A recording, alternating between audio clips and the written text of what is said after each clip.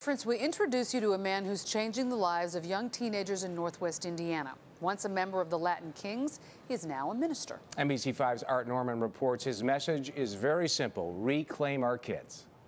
And I come from that garbage, that turmoil in my life, got my head on right. Patrick Sabaitis is a former Latin King gang member, and he has a powerful message for students who are being bullied by gangbangers. You're leaders in this place. You can be anything you want to be.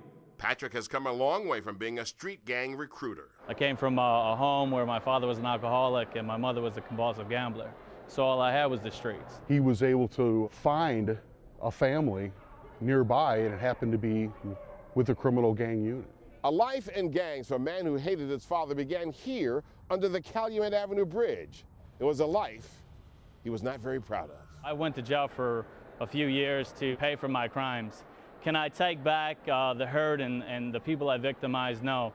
Can I make something different in somebody's life so parents don't have to bury their children or go through that struggle of turmoil? Yes, I can. And he's not afraid to tell anyone that gangs are a legacy of domestic terrorism killing our kids. By talking to law enforcement, by him being a former Latin King and a former gang member, he's putting himself at risk and his family at risk. But Patrick has no fear. He relies on his faith.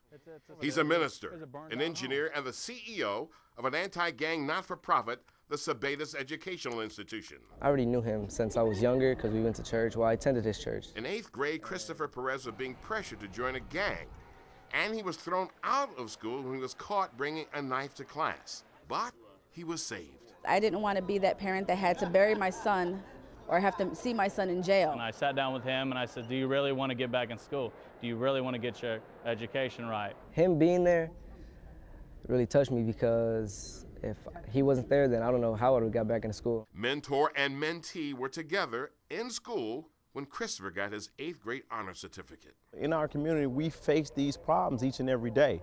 And if we don't look at the elephant in the room, how can we solve the issue? You need to start seeing things that are edifying and positive in your life and say, that's my now moment. No opportunity wasted. When I'm talking to these kids, I'm coming down to the level because I understand their struggle and the turmoil they go through. Can you save these kids? Yes, we can. We've already seen a bunch of successes in this. They've left the gangs and now they're going to school and they're getting plugged into jobs and career paths. Art Norman, NBC5 News.